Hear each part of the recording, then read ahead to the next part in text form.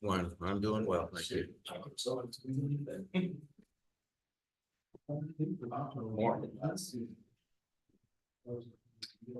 don't know why we leave the coffee pot in the other room. We might as well just move it in here at some point.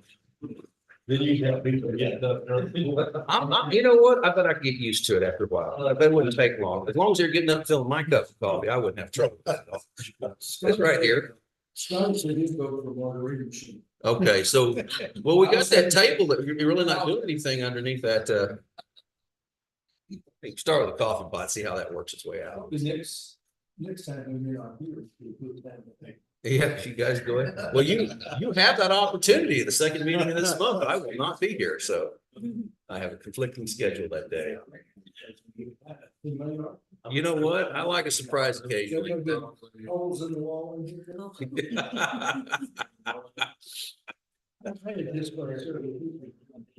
Yeah, I've been several. I think you're shooting low for the number. I got you. Can't let anybody off for free. Oh, my goodness, my goodness. Welcome to everybody following along with us today. So at this time, you ready to go, ma'am? I am. We're going to call this regular meeting, the Hill County Commissioners Court to order this Tuesday, January the 9th, 2024. Let the record reflect this meeting is posted in accordance with Texas Government Code 551, better known as the Texas Open Meetings Act, and a quorum of commissioners is present established. Thanks. Good to see everybody here this morning. Mr. Grumpton, glad you're back with us. This meeting has been held both in person and we have access online, being streamed to YouTube as well, as I understand it. Ms. Paula, has anybody signed up to speak before 8 a.m. this morning? Okay, good deal. Thank you.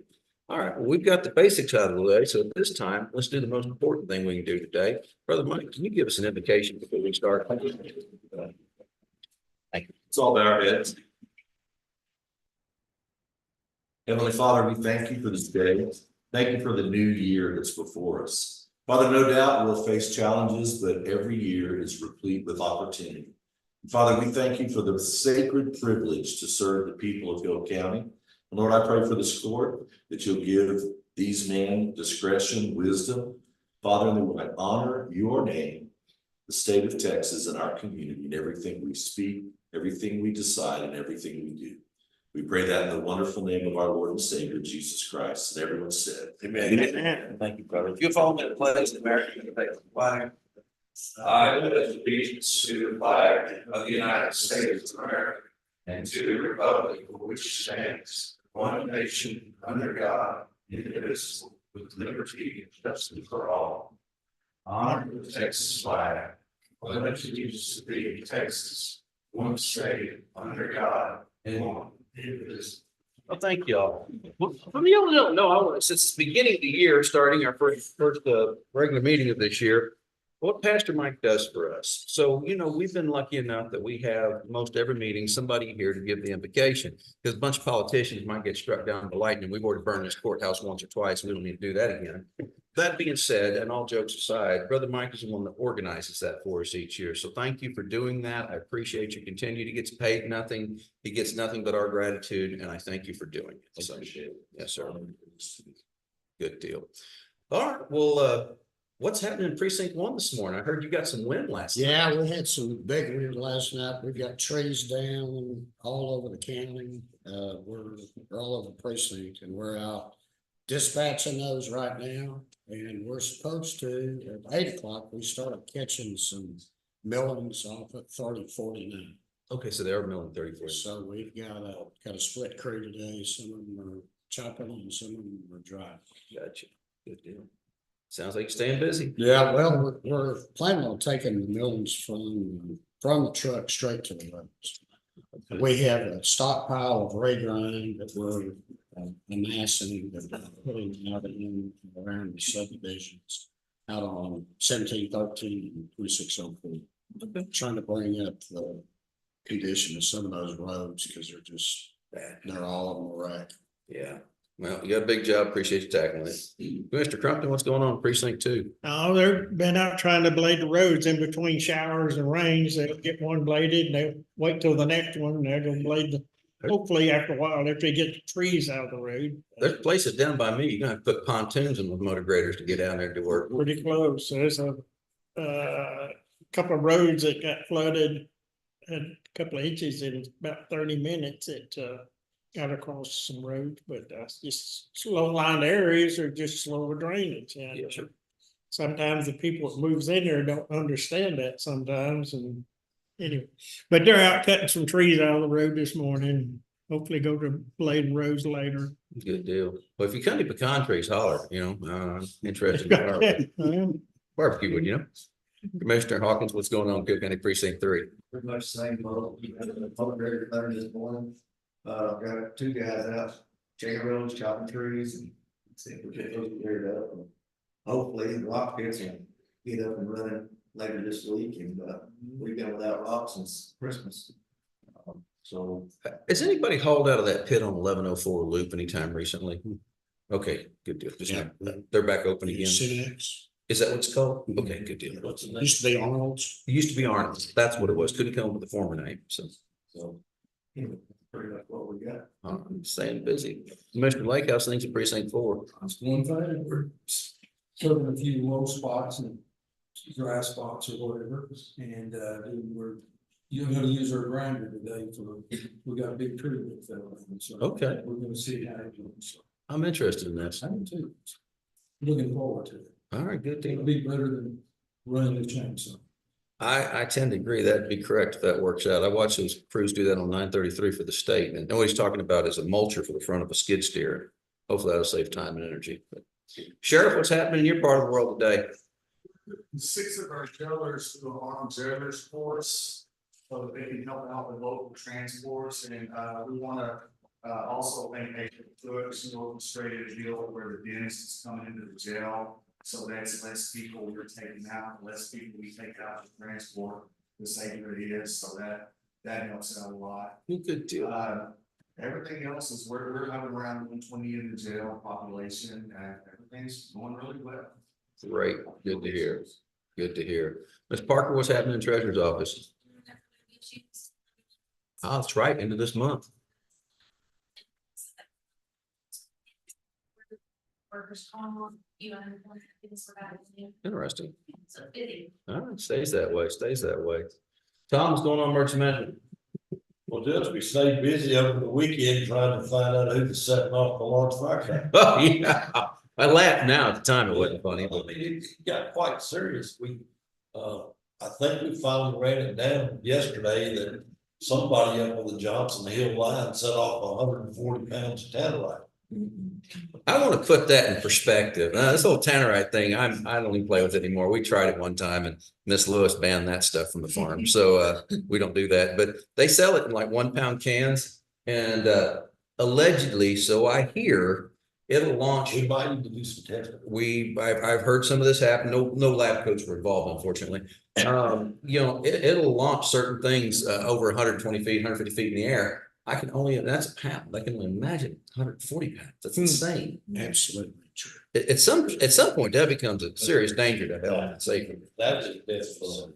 But we had those, we had those explosions, and Bradford Peoples windows in Blum and over at White Bluff, but that thing was heard in 3 counties. Yeah, we felt it at our house. Yeah, and so, we started looking around, what is it? Well, about noon on Saturday, one of the times.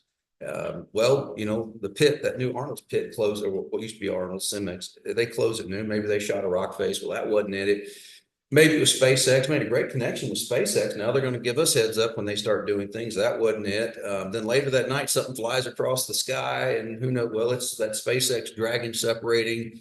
And then some asteroid shower. So we had a lot of fun trying to, no fun at all, actually. We had a lot of time and trouble invested trying to run this to ground. And, We made a good contact also with the FAA field operations. oh, yeah, because maybe a sonic boom from a, jet, but that was a no-go too. So, we learned some things. We learned what it wasn't.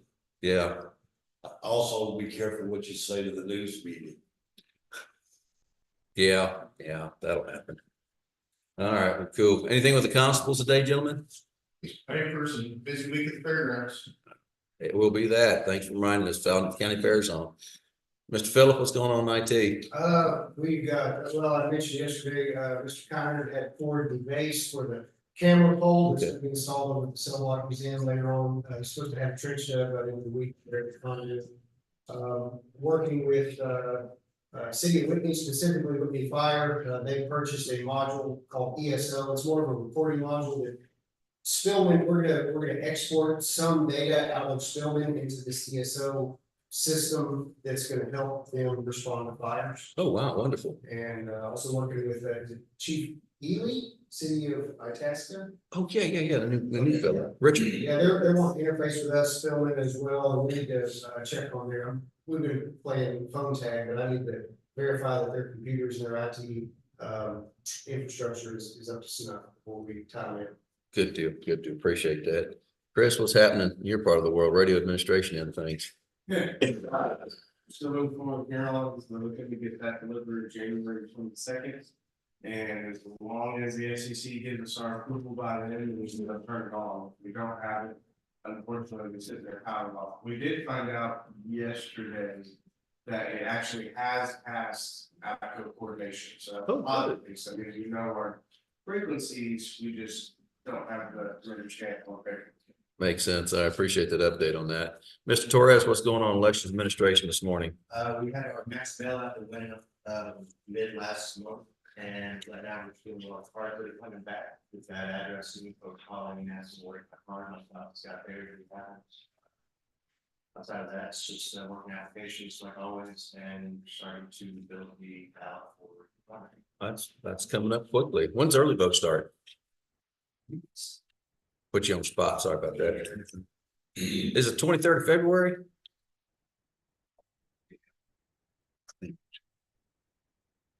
Either. Normally, we have that holiday right before, so that's down thing. Okay. Okay, well, we have some updates on that as we move forward. Good deal. Anything with ESD one this morning? You got some good rain around the south. Get any more rain, we may have some flooding.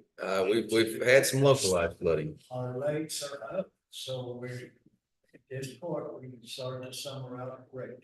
Good. Appreciate that. From ESD two?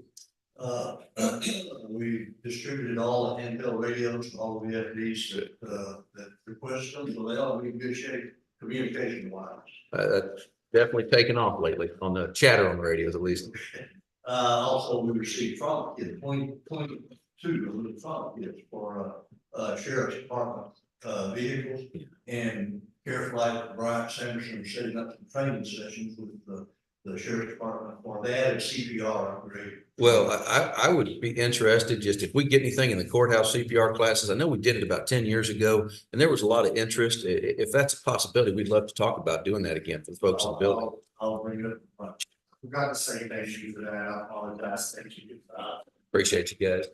All right. Well, and the source of moving on here. So a couple things on our end. Construction moves forward. We're still on track at this point to have the Covington Street Annex turned over to us at the about the end of this month. There's a few odds and ends that are still being done over there. You'll see some things that we did not include in the original bid process, aka the sound system in that courtroom. We're talking, got Philip talking with Asbel about that. We previously had a nice conversation with the DPS ladies earlier this week. They're going forward with putting those under counter cabinets in there. It's just little bitty things here and there. So that project still moves along and hopefully get it wrapped up sooner rather than later. We've made the arrangements so that when the chillers finally ship, you have that monstrosity of a forklift over in precinct 2. We're going, instead of running a crane to offload those chillers onto the yard, then, running another crane 2 weeks later, that chiller can be picked up with this forklift. So we're going to have those delivered out to precinct 2. We've got permission from Mr. Garrett to put them on his yard over there, the gen yard. And then as soon as everything's in place, for the valves, they're going to pick them back up, put them on a trailer. When they come over here, they'll have to set them with a crane just because of the location of how it's going to work. So the chiller project still moves forward. We'll talk about AgriLife during executive session today. Right now it's the fair though. The fair is going on this week. I encourage everybody, if you want a good hamburger, I think Williams still provides the meats for those hamburgers down there. Some of the best you can get. It's a good time, lots of things going on, a lot of young people out there They had the creative arts that's judged. I think they're going to open it up this morning to see how everybody did. You had goat and lamb check in last night, horse show yesterday. You'll have some more shows today, tomorrow. I know it's chickens. I've been told I'm supposed to be there for that. So ag mechanics was a neat thing to see yesterday. Some incredible projects by those young people. The young man that won it was out of Penelope, and that trailer he built, I've seen, that's one of the nicest trailers I've ever seen. The welding on it, the work on it was incredible. So you get a chance, go out and support those kids. And don't forget, the auction will be Friday for the creative arts and Saturday for the fair itself, the rest of the fair. So get an opportunity, come by, say hello, see some folks, and get a bite to eat, and that supports the 4-H group out there. Otherwise, on this end of things, you know, we're putting on your radar is, I don't want anybody really get too concerned, but you need to pay attention next Sunday, Monday, and Tuesday. Now, Monday is a holiday for the county, for some folks, not for the sheriff's office, not for us. We're going to have some pretty inclement weather. So we're going to have that late February weather a little bit early this year. You know, there's forecasts for Hillsborough as low as 9 Monday morning. It probably won't get above freezing Monday. It says now it won't get above freezing on Tuesday. The issue is when it goes below freezing on Saturday or Sunday night.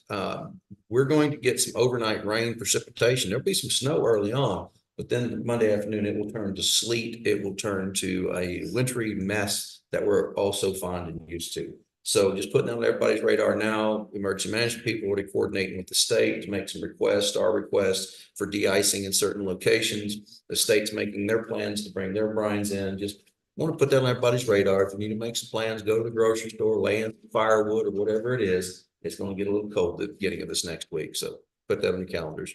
Otherwise, we're staying fairly busy on this end. And in the name of speed and efficiency, I will at this point go ahead and move along.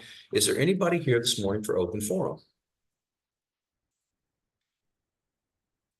I'll take that as a resounding no from council, but there is nobody here. So that's good. We're going to move along then into our agenda, and that's our consent agenda. And that's action on minutes, action on the invoices, on the payroll, on the monthly report for revenue disbursement, and reserve and record elected official training certificates. Gentlemen, you would have received these accounts payable and payroll and emails from the treasurer's office the last couple of days. And of course, that is the consent agenda for the 9th day of January. Make a motion to approve. Motion and second to approve and the accounts payable. Not a lot. I mean, it's a lot of money by anybody's standard, but it's just a lot of transactions. So we have a motion and a second. Is there any further discussion? Hearing none, we'll call a question, approve council, the consent agenda as presented. All in favor, say aye. Aye. All opposed, any abstentions? Motion shall carry unanimously. Okay. Yes, ma'am. All right, that moves us along to number 1, discussion change of employee wage status change. I'm just gonna keep that over here. Yeah, it came back. Yeah, it's a boomerang. Employee wage status changes for this 9th day of January 2024. We have wage status changes. Bear with me, for Mickey Winkle in the sheriff's office. He got intermediate certification. Congratulations, Mr. Winkle. Robert Young, he is going to patrol deputy 2. We have Tyler Dunlap is completed a successful field training. Congratulations, Mr. Dunlap. Shelby Talton in the sheriff's office got her intermediate telecommunicator operator certification. Congratulations, Ms. Talton. That's what we need. Is more education never hurts. Carly Allen is successful completion of field training and is going to be a booking officer as well. Mr. Patrick Akins is becoming an acting supervisor, so that's wonderful. Then the list of people that are moving on. Angelina Johnson is out.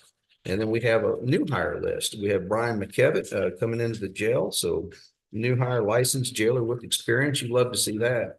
Mr. Dallas Miller, new hire licensed jailer, again with experience. Who are we stealing from? We never get to.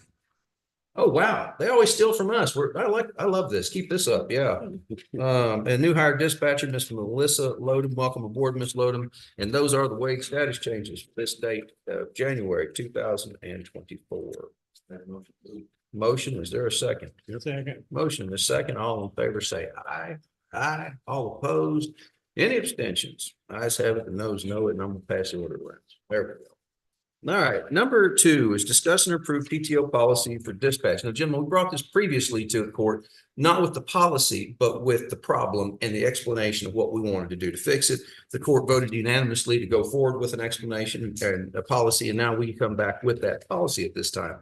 And what it is, dispatchers work rotating 12-hour shifts. It's just the nature of their particular job. It's a little different. They're not licensed peace officer.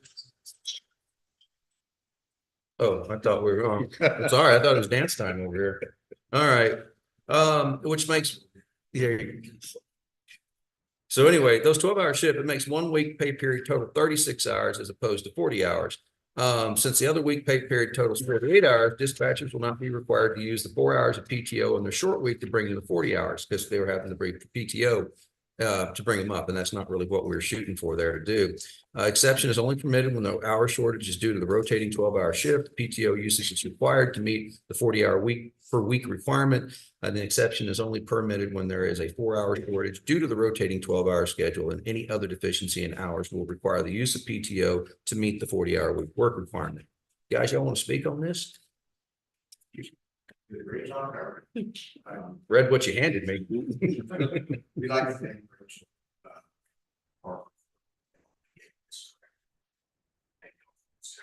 Okay, good.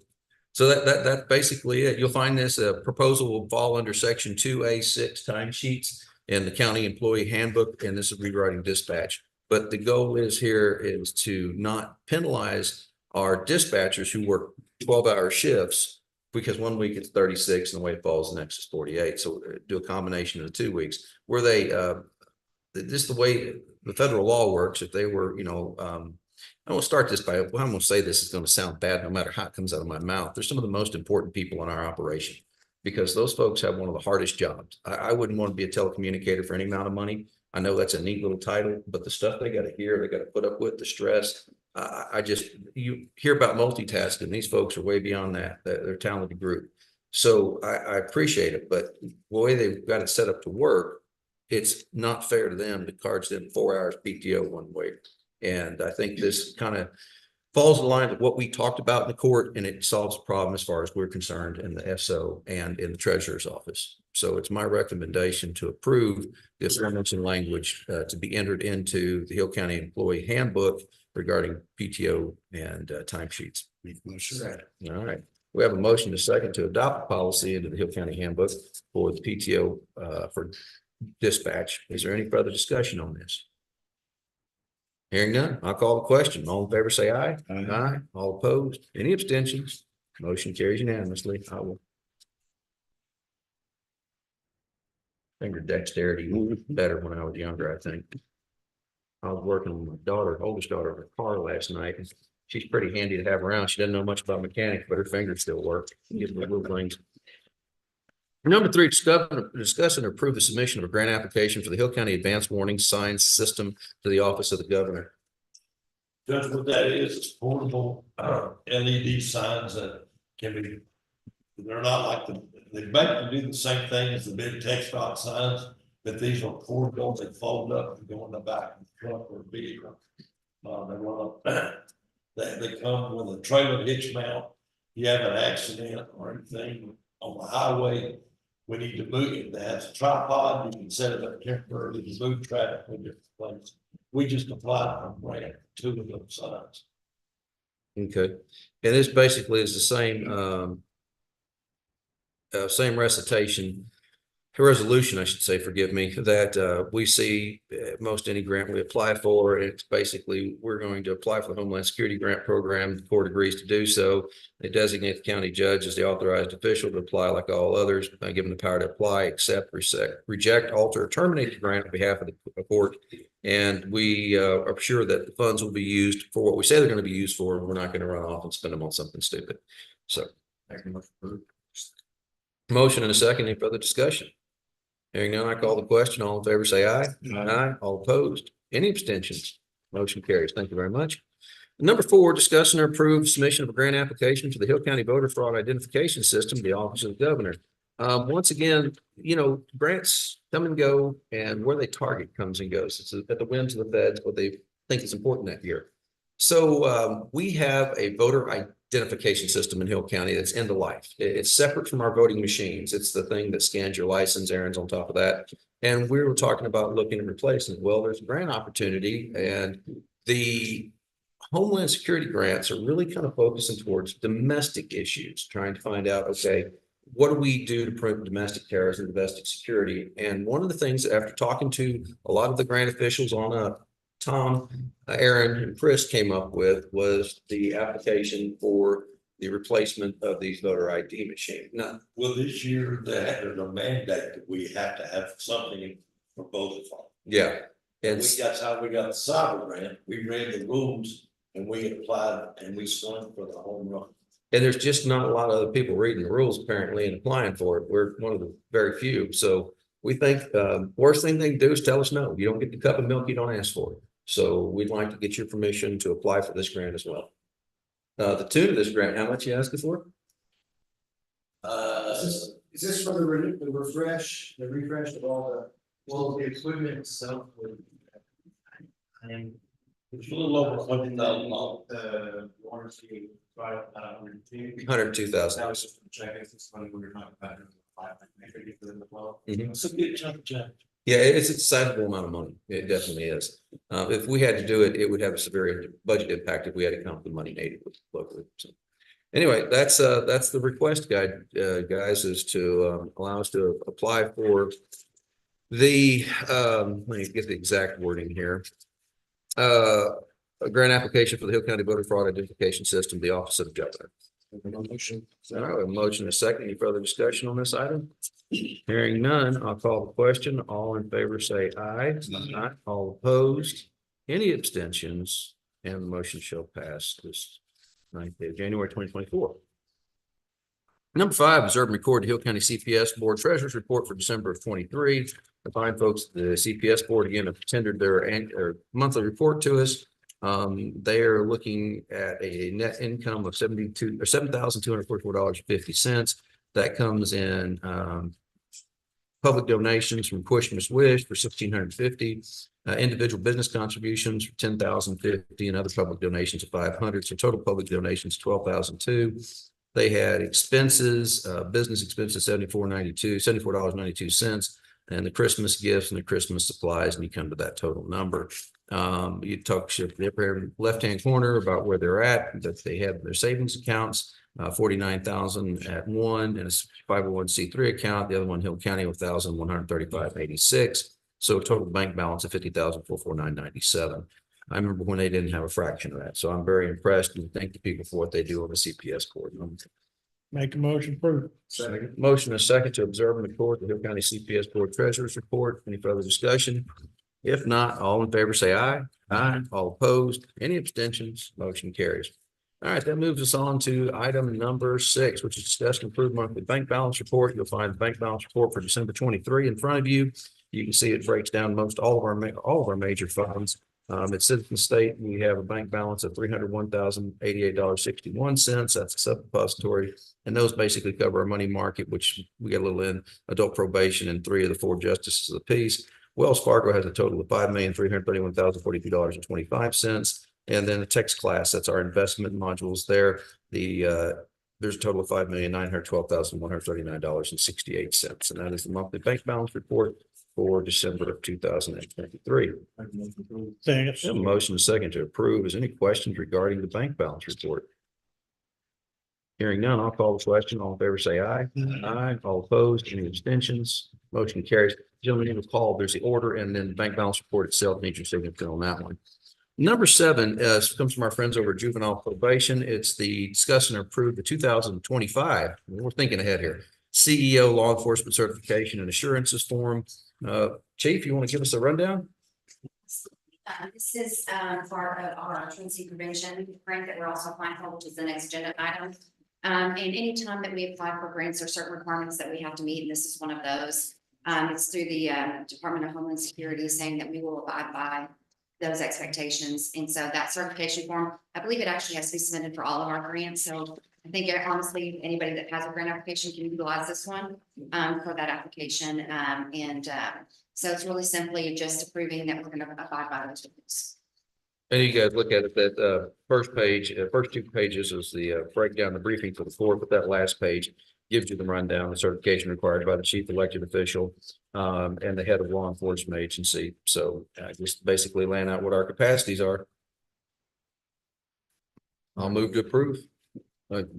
Second motion and a second, Judge Lewis motion, Commissioner Hawkins second. Any further discussion?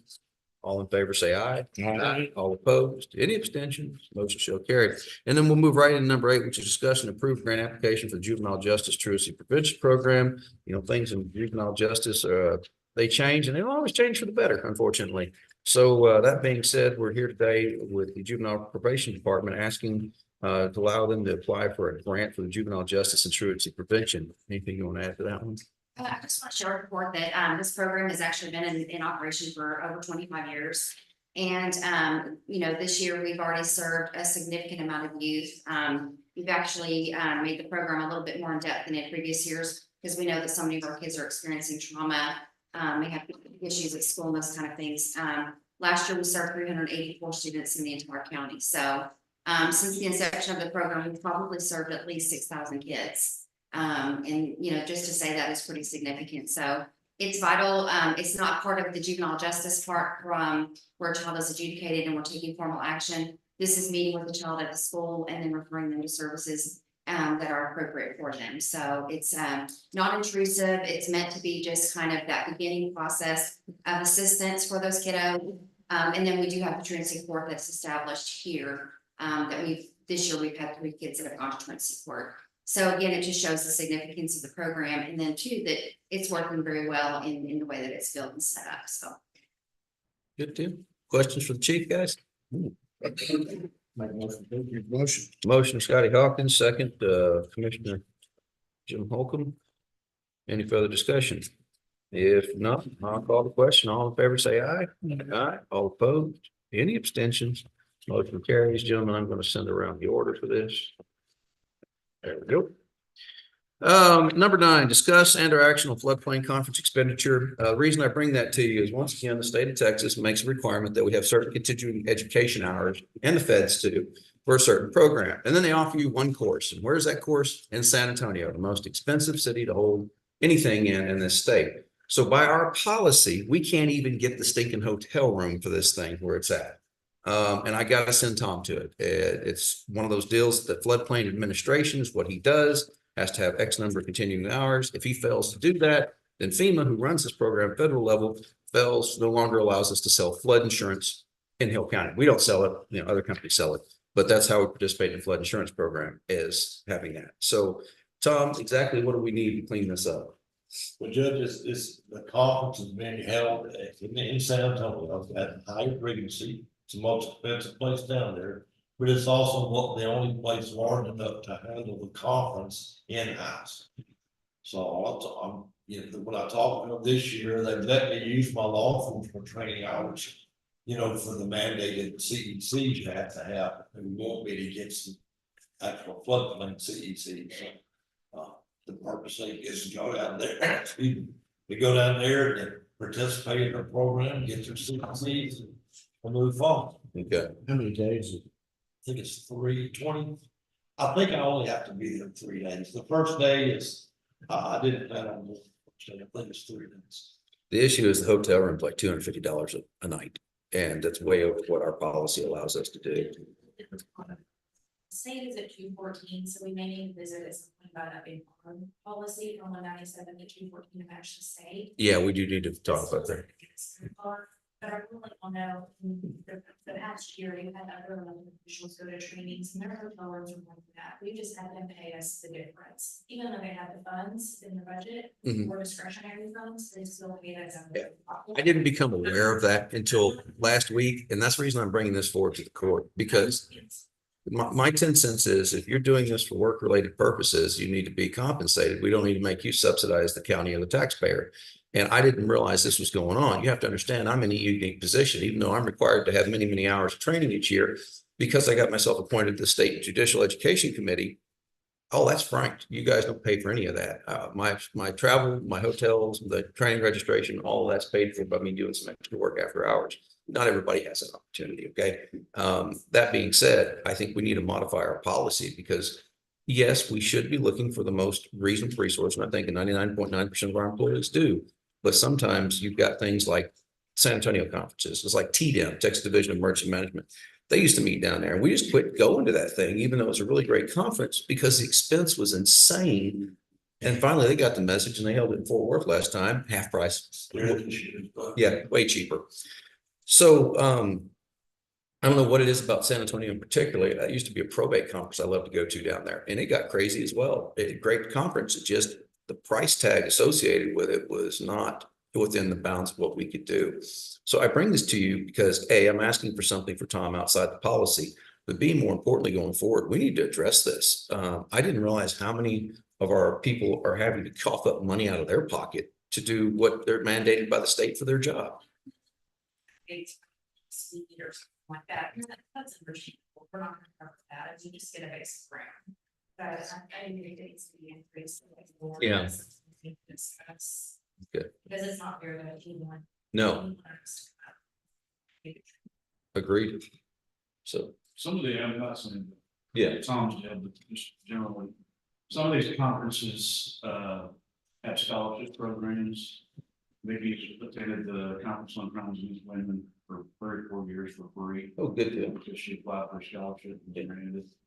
I know that my property association, we get, reimbursement for at least a portion of our hotel stays. Through the court of criminal appeals, so there may be some ways to get some of that money back. And I think any policy we craft going forward needs to say, hey, we have a duty to exhaust those opportunities before we do this. It's just, I was completely unaware because like I said, my unique situation that other people were paying in pocket. I just don't think that's something we should be applying, folks. Yeah, post-COVID, the hotel. Yes, sir. Yeah, they're clearing up a couple of years, bad years there. Better high. Yeah. Well, this is special. I don't have a clue. Yeah, this is the conference rate. I can only imagine what it looks like regular day. So, So this 14, they usually have another $450 worth of fees on top of that. So I don't know if 214 would fix it. well, that's not today. That's going forward. That's the state rate. We've adopted state rates for a lot of things. Mileage, we do the state rate, hotel reimbursement, state rate. You know, that's what we've set ourselves up. The state does all the trouble and foresight to go through and say this is what it should be. So we follow along with it as a general rule of thumb. And I think we're at what, 197 right now, if I remember right. Yeah, so moving it up to 214, you're talking $17. But you're still going to have times where it comes into, I mean, the basic rate. Now, if you want to upgrade to a king with a spa tub, that's on you. That's not on the county. But if, you know, the basic hotel, just the old double room, or a single bed, whatever it is, you know, it's over 214, but you have to have that course as part of your job duties. We need to find a way. So, okay, well, first, let's see if there's any other way, scholarships, whatever it may be, you know, to fund it. And if not, then, okay, great, we'll pick up the tab for that. But we do need to amend our policy for that, I believe. Cool. Okay, so what I'm asking you guys to do today, though, is approve for Tom. It's going to be about 3 nights down there at $250 a night, and then the cost of the conference is. What was the cost of the conference? I gotta be honest with you, Judge. It was pretty- I read the hotel price and kind of floored me. Yeah. But anyway, I'm asking you guys to approve an exception to our policy so I can send him down there for the floodplain conference. So this all in is probably what, $2,000? Probably a little over $2,000. Yeah, right around $2,000, a little lower. That's the price of selling flood insurance in Hill County. So. And the other thing is we could do this online. We do it online in heartbeat. Anyway. Make a motion. Second. Have a motion and a second to approve an exception to our per diem and hotel cost policy for the floodplain administrator to attend the 2024 floodplain conference. Any further discussion? Guys, we'll round it back to you in sometime in February with hopefully a renewed policy on this to make it more uniform. And if there's anybody else out in the county right now that you've got a conference coming up and you need an exception to it, reach out to us if we haven't. Don't just sit there and eat that cost. I know everybody's like, that's $20, $30. Yeah, but it's a requirement of your job. And I feel that's a cost the county should cover. So.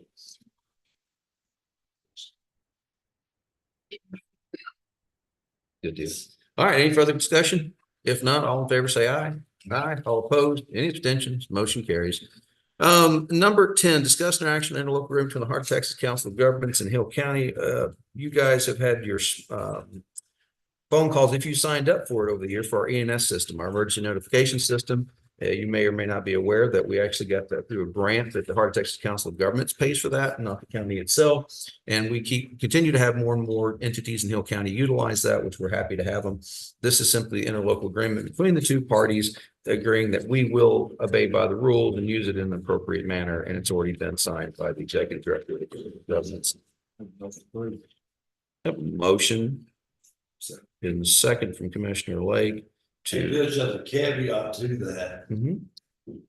thanks to what you guys think, we now have the enhanced EMS with the iPods. That's The one, what is that? the iPods. Oh, yes, but when we passed the record, yeah. It's the one you can't turn off when you can't turn it off, but most everybody gets those first, you ever go to the restaurant, everybody in the restaurant's phone goes off at the same time. That's an iPod. It's very strict on how you can use it.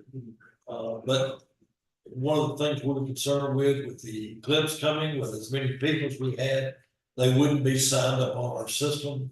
If there was a major event that we needed to notify people, we have that ability in this EMS system to do that. Okay, sounds good. All right, I'll call the question. All in favor, say aye.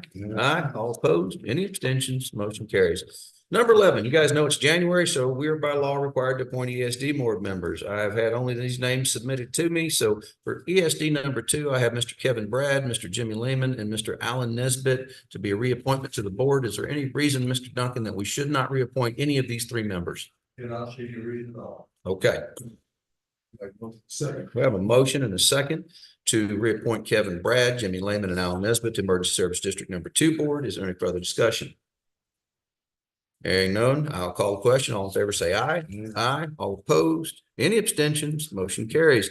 Number 12, discuss and approve appointing Chad Wilson and Glenn Goins to the Emergency Service District number 1. Again, Mr. Goins has served on that board for many years.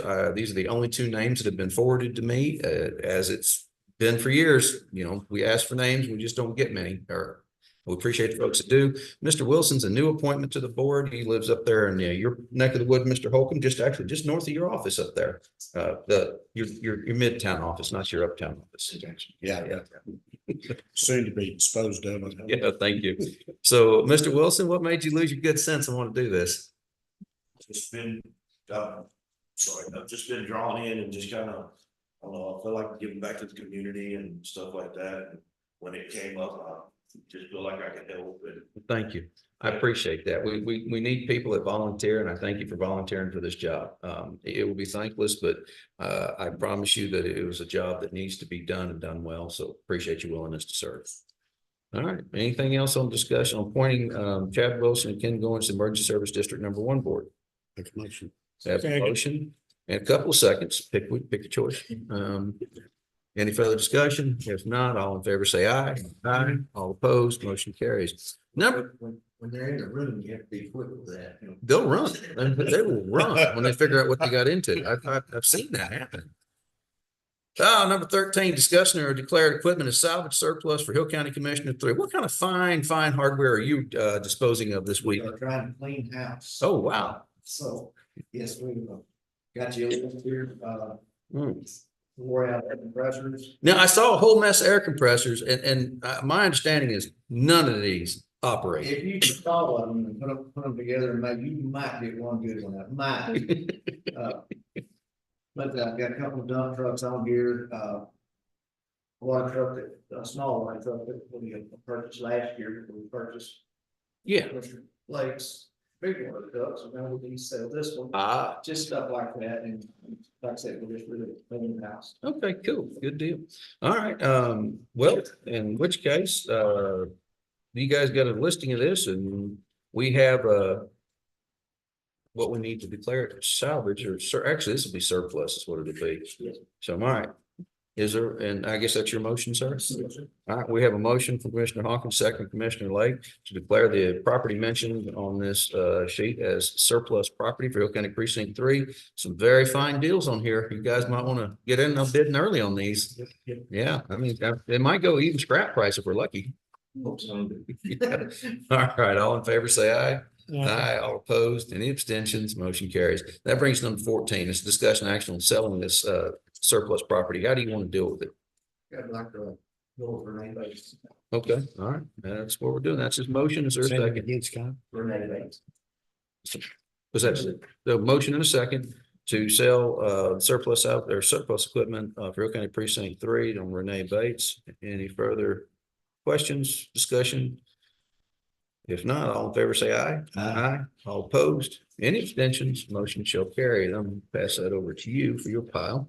And that takes us to number 15, discussion and approve the career advancement plan for Hill County Sheriff's Office. This is nothing new. This is a plan that's been in place for some time, but they've adopted it internally, and for budgeting purposes, we need to adopt it at the commissioner's court level, really observe and record it is what we're doing here.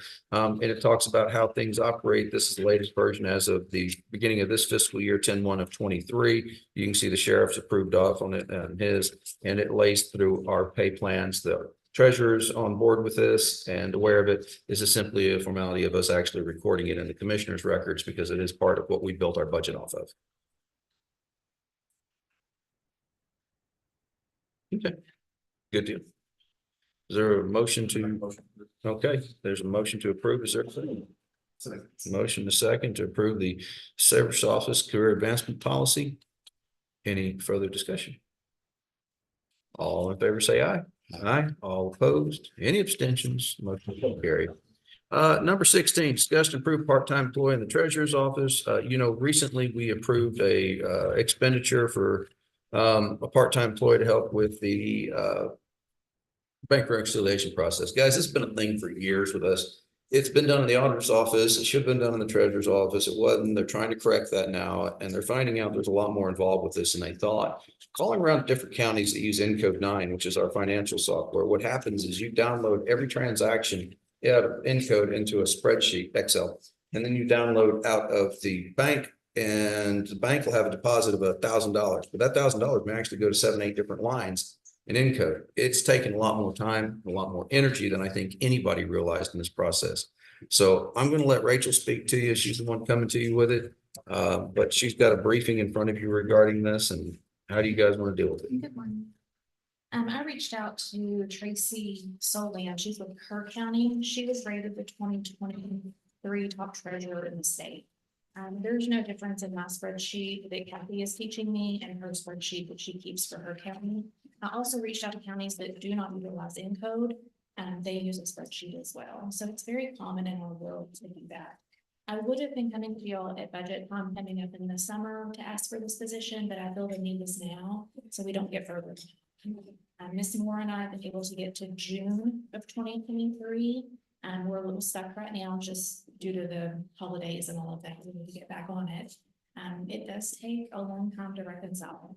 We also see an increase in terminations and new hires that do take several hours in our office. And y'all are seeing the wage forms come through for those. It's not a quick process. With our county growth, we're also seeing more invoices. We are noticing a decrease in our turnaround time, and that is not something I want to be able to produce our work quickly and efficiently and get everyone paid in a timely manner. So I do think that adding this part-time position would allow me to delegate some of my priorities to this person and let me focus more on the reconciliation process. So what kind of issues are we having? Just It's just so much work and it's just a lot of work and not enough staff members to accommodate. I mean, it's taken me 10 hours and I'm not even done with June. And that means 10 hours I can't work on something that I'm always working on. I'm also your FMLA coordinator, your workers' comp coordinator, your unemployment coordinator. We have seen an increase in all of those as well. W-2s, 1099s, accounts payables, accounts receivables, amongst reconciling general statements from vendors. So it's just a lot of work at one time, and I do not believe that we have adequate staff to accommodate all of her duties. And also Kathy Smith down at 911 addressing is helping us with scanning. So this is an addition to that. Yeah, Kathy's been doing a lot of the scanning stuff for different offices, mostly yours at the moment. Absolutely. When we transitioned from on-base to content manager last year, the process is a little different in our scanning. It takes a little more time. Where would we get the money to pay for this? Good question. I don't think she's got it native in her budget, you know, that's gonna have to come out of either contingencies. That's the only thing I've got. Thanks. And we got everybody. You have somebody in mind? I do not. I don't think it's fair to propose anything to anyone ahead of time and give them the false pretense that this position could be available. Right. I don't want to do that to anybody. Any idea about cost? I would propose a higher level in my office because of the nature of our accounting. So I'm hoping around $25,000 for the remainder of the year. That's encompassing all of our unemployment, social security, FICA, all of that So that would cover from now until September 30th. Thoughts, guys?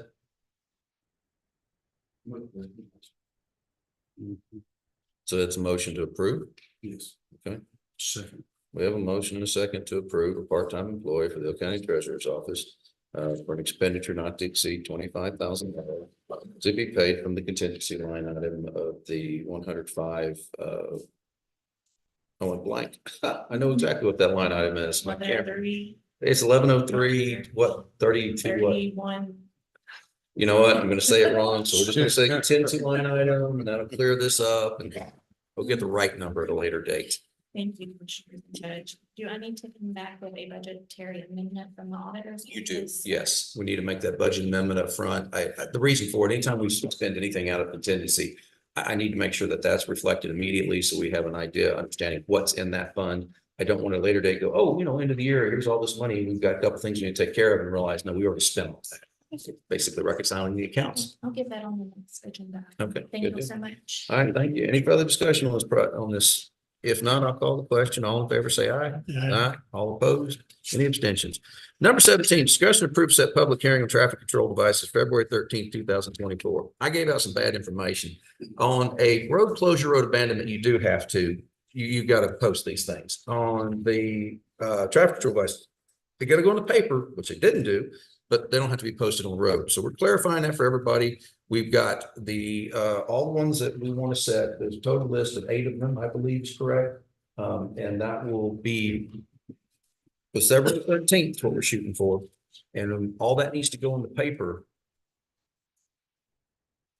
next week. Because it prints on Thursday only now. That includes all the speed limits. All the speed limits, speed bump. But we still need something in writing. Okay, I'm working on that. I found the opinion. Yes, sir. That was written by Corman. Yeah. In 2000. Read I that. cannot find anybody at TechStop to subscribe to that. Yes, sir. And what the conversations that I've had so far, if it's not a TechStop road, they don't care. They say But that's not what the code says. correct, exactly. The code gives them, and not jurisdiction over, but they have to approve They get veto power, basically. us setting a speed bump on a county road even. And I think that is due to the dimensions and the design. Correct. Because there are guidelines for how you build them, how high, how wide. And And I think too, you know, so everybody at home listening to this, what we're talking about is with traffic control devices, school bus stops and speed limit signs, those don't present any issue. We can, after hearing and discussion and vote to do that or not do that. However, the speed bumps are kind of new to us, and there's some folks that have been interested in it. We're not opposed to the idea, but there's a certain way in which you have to do that to be in compliance with Texas law. And even though they're county roads, there's certain things that TxDOT does still have a responsibility. All of your bridges over 20 foot are in TxDOT inventory, and they put load limits, and they tell you how much that can be run across it, things like that. Well, speed bumps are one of those things that we have to have explicitly in code. And then there's pretty good, like I said, John Cornyn, Attorney General's opinion that says, hey, by the way, you have to have approval. Well, like a lot of things, you go back to TxDOT, like, we don't know anything about this. I think it's because it doesn't happen very often. You don't get a turnover. So working with some local people, just trying to get something in writing, because I don't feel comfortable moving forward to the completion of said, sleeping policeman, road bump, whatever we'll call it, until we have everything that complies with that statute. I just think we put ourselves into a position that could be questioned, and I don't do that. So But yeah, otherwise I want to set public hearings for February the 13th. Make a motion. Second. Okay, motion to second, set the aforementioned public hearings for road traffic control devices. Hopefully by then we'll have something writing from text. I bet so. We're gonna push. So set a public hearing on February 13th, 2024 for traffic control devices to include multiple roads, Hill County roads, for speed limits, speed bumps, and other traffic signs.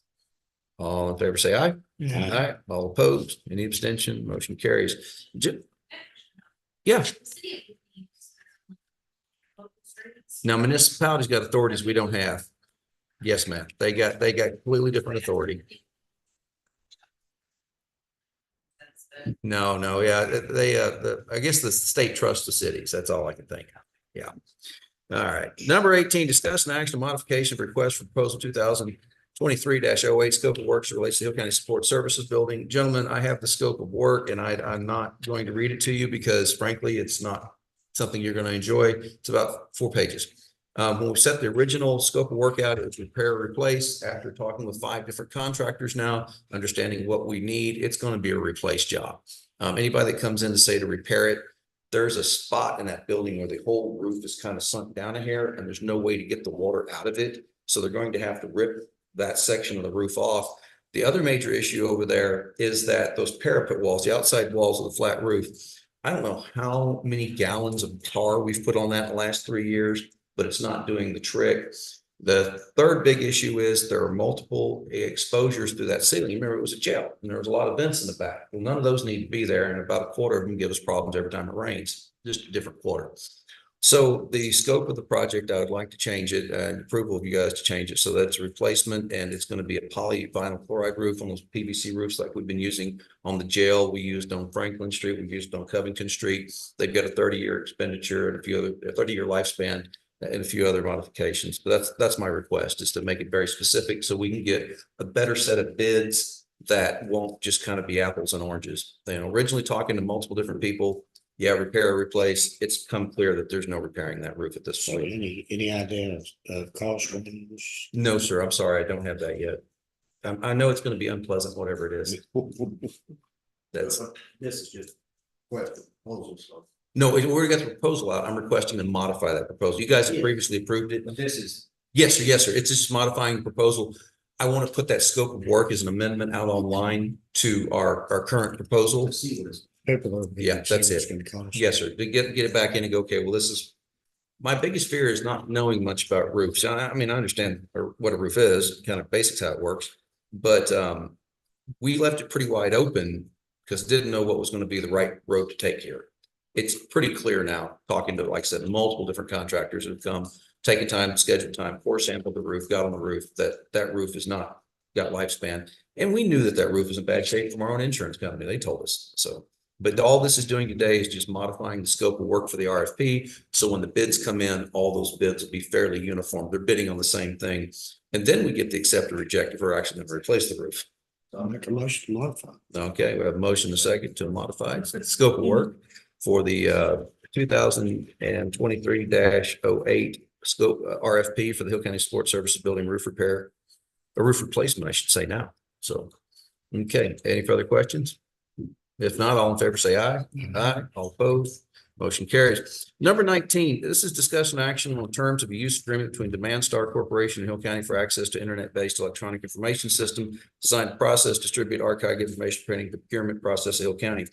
Basically, here's the deal. Demand Star is a group that you send your RFPs out to, or your request for solicitation, request for bid, and they broadcast it to their network. There's no charge to the county.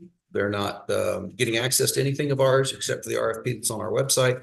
However, they have the terms of use so that we don't abuse them and they don't abuse us. And that's just their use agreement between the two parties. I'd like to get this approved. That way, this RFP that's being modified and anything future, we get it to a wider audience to hopefully get a better deal for the taxpayer. Motion and a second to approve an agreement between Demand Star Corporation and Hill County, Texas. Is there any further discussions or questions? If not, all in favor, say aye. Aye. All opposed? Any abstentions? Motion shall carry unanimously.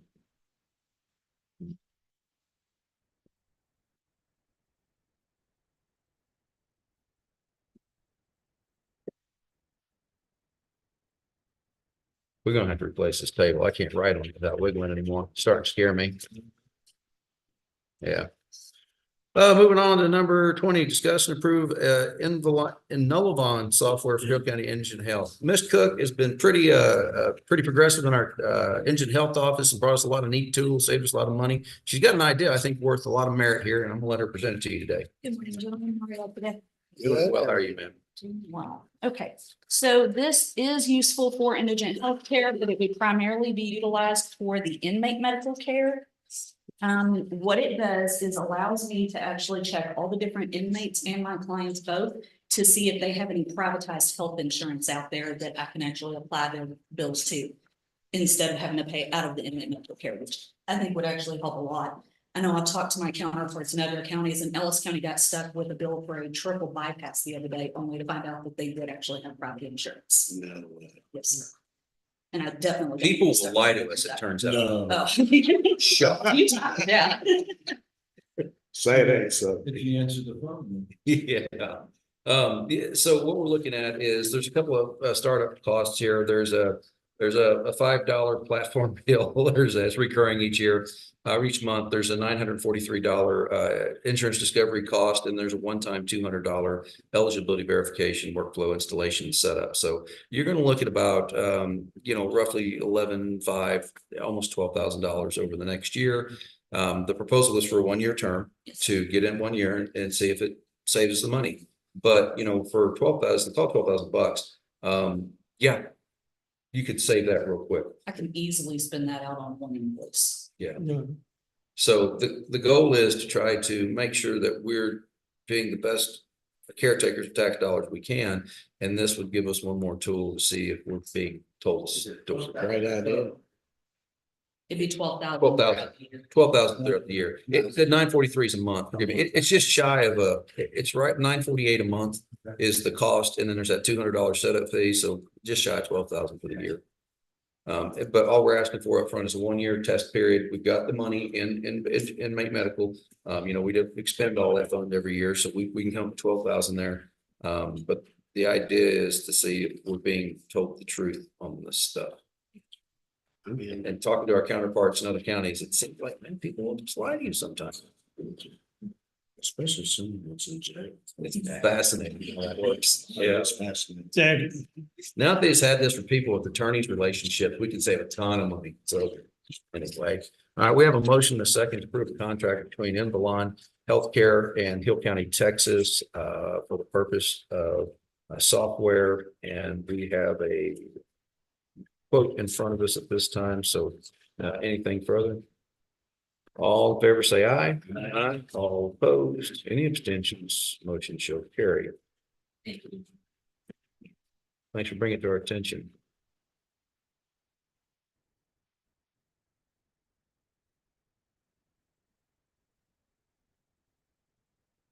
All right, moving along then.